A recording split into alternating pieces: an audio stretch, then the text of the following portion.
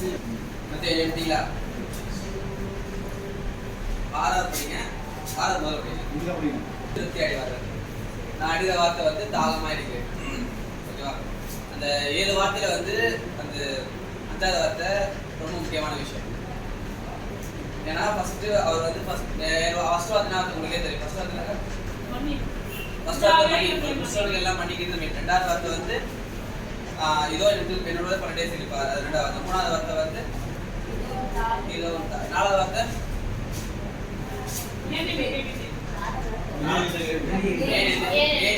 Okay 4வது வார்த்தை. 5வது வார்த்தை வந்து ஆகமா இருக்கு. ஓகேவா? இது முன்னாடி எடுத்துக்க இந்த 7 வார்த்தையில வந்து 5வது வார்த்தை வந்து ரொம்ப முக்கியமான. ஏன்னா ஒரு ஓகேவா? ஏன்னா வந்து கிறிஸ்தவன் இல்லை, நம்ம என்ன ஒரு வேலையை போய் செஞ்சோம்னா கன்ஃபார்ம் நமக்கு ஒரு தாகம் இருக்கும். 24 hours வந்து வீட்டுக்காக உழைக்கிறோம்னா நம்ம கன்ஃபார்ம் என்ன பண்ணோம், ஒரு தாகம் இருக்கணும். இப்போ நார்மலாக வந்து ஒரு உழைப்பாளி என்ன பண்ணுறேன்னா தண்ணி குடிக்காம சாப்பிடாம இருக்கிறனா ரொம்ப மெயின்.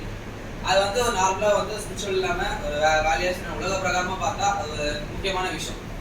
அந்த மாதிரி பார்த்தீங்கன்னா பாருங்க, நீதியின் மேல் பசுதாகம் உள்ளவர்கள் பாக்கியவான்கள், அவர்கள் திருப்தி அடைவார்கள்.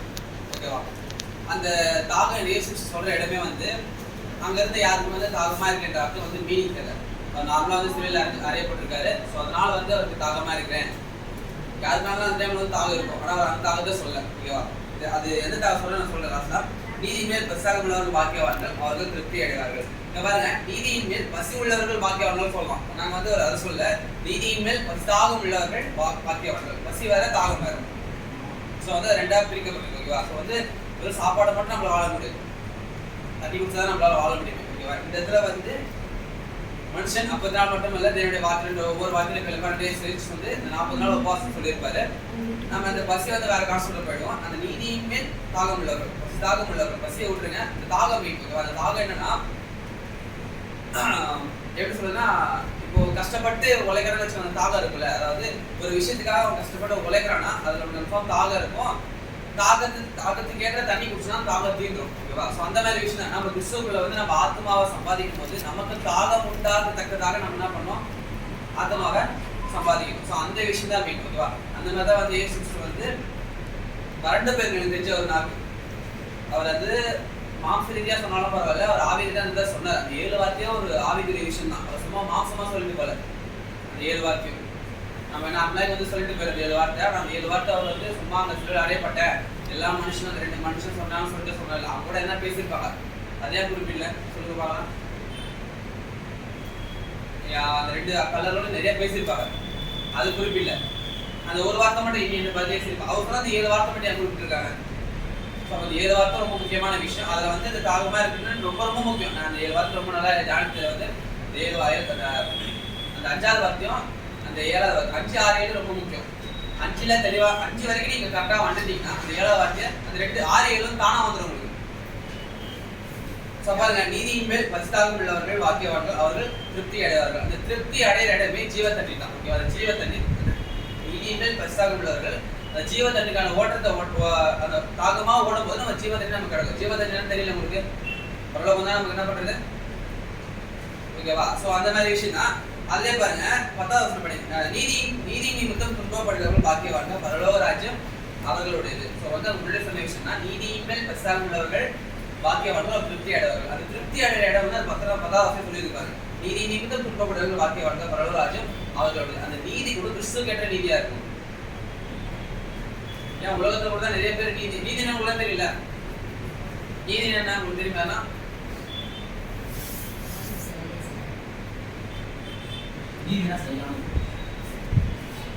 கரெக்ட் ரைட்டா இருப்பாரு. யார் மேலே சாஞ்சி வருஷம் ஒருத்தர் இந்த மாதிரி நல்ல விஷயத்தையும் வெளியில் ஓகேவா?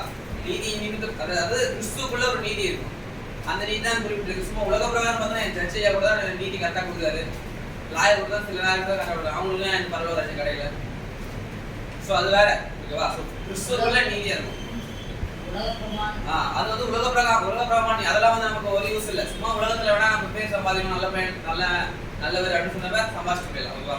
அந்த நீதி நிமித்தம், அதாவது கிறிஸ்து கேட்ட நீதி நிமித்தம் நம்ம என்ன பண்ணோம், பசி தாகமா இருக்கும். அந்த தாகம் அடையும் போது அவங்க கன்ஃபார்ம் என்ன பண்ணுவாங்க, திருப்தி அடைவாங்க. ஆனா அந்த திருப்தி அடைகிற இடமே வந்து நமக்கு எப்ப தெரியாது, பகவதற்கு நமக்கு கன்ஃபார்ம் கிடைக்கும். இப்போ நீங்க தண்ணி குடிச்சீங்கன்னா உங்க உணர்வு தான் தாகம் தீரும். உங்களுக்கு இப்படி தண்ணி குடிக்கும்போது உள்ள என்ன நடக்குது அப்படின்னு தெரிஞ்சாருன்னா இல்ல. சோ வந்து அந்த நீதி வந்து அந்த தாகம் அடைகிற இடம் வந்து நமக்கு தெரியாது. ஆனா நமக்கு ஒரு திருப்தி இருக்கும். நல்லா ஒரு 8 மணி நேரம் உழைச்சிட்டு தாகம் நல்லா ஒரு 10 மணி நேரம் 4 மணி நேரம் விளையாட்டு வந்து நம்ம டக்கு கொண்டு அந்த தாகத்துல தண்ணி படம் அந்த ஃபீல் இருக்கா உங்களுக்கு? கஷ்டப்பட்டு உழைச்சிட்டு வந்து குடிக்கிறோம் கன்ஃபார்ம் எல்லாம் அனுபவம் அந்த ஃபீல் அனுபவிச்சுருவா. ஸோ அந்த மாதிரி தான் வந்து அதை வந்து உலக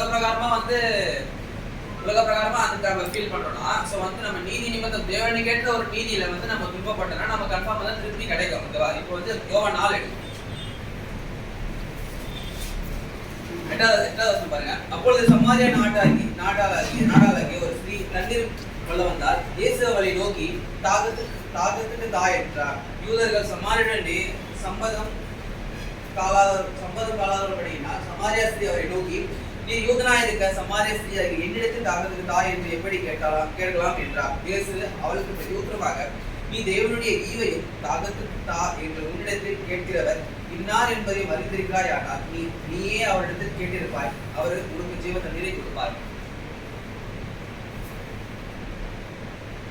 கேட்டது என்னமோனாவா அவர் கேட்டதுன்னா தாகமா தான் இருக்கு. அந்த டைம்ல வந்து கலப்பாதான் உட்காராது தாகத்தான் கேட்கறாரு. ஆனா வந்து அவர் எப்படி உண்மையா மாத்துறாரு அந்த விஷயத்த. நீ தேவனுடைய ஈவையும் தாகத்துக்கு தான் என்று உன்னிடத்தில் கேட்கிறவர் இன்னார் என்பதை அறிந்தாய். ஆனால் நீயே அவரிடத்தில் கேட்டிருப்பாய் என்று உனக்கு ஜீவ தண்ணீரும் கொடுத்திருப்பார். சோ வந்து அந்த கேட்கிற இடம் தான் மீனிங். தாகத்துக்கு தான் அவர் யாரையும் தெரியல. சமாரிய ஸ்திரீக்கு நார்மலா ஒரு பர்சனா ஒரு யூதரே அப்படின்னு தெரிஞ்சிருக்கு.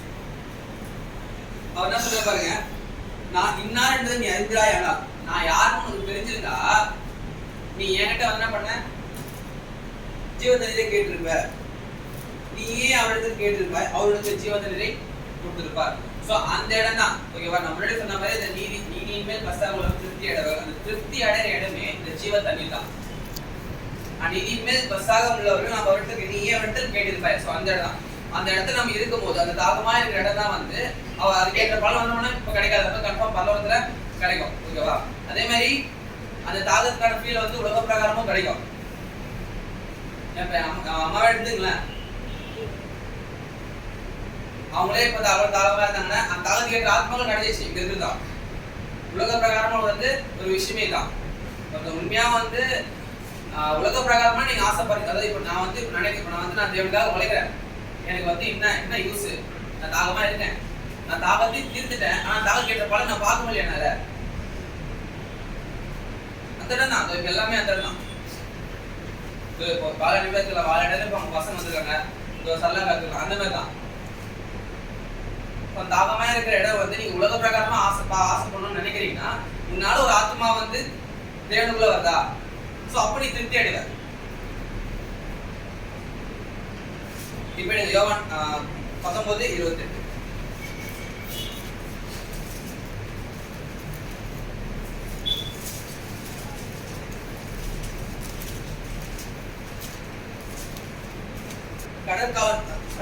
அதன் பின்பு எல்லாம் முடிந்து பேச அறிந்து வேத வாக்கியம் நிறைவேறத்தக்கதாக தாகமா இருக்கிறேன் என்றார்.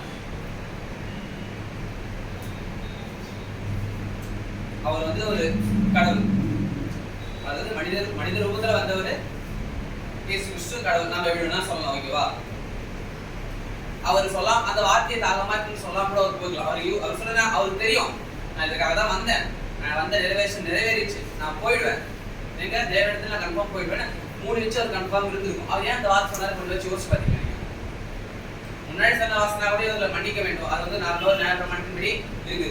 முன்னாடி சொன்ன வசனம் இருந்தது, அப்புறம் வந்து எல்லாம் முடிஞ்சது, அவர் தெரிஞ்சு போச்சு, கடைசி மதம் நோக்கி, அப்புறம் வந்து இதை ஒன்று அதெல்லாம் ஒரு கடமை அது வந்துச்சு. அந்த தாகமே கண்ட அந்த கூட லாஸ்ட்ல வந்து அந்த நாவியை போட்டு எல்லாம் வந்து சொல்லி விட்டுருக்கலாம். அந்த தாகமே கண்ட ஏன் அவர் சொன்னாரு?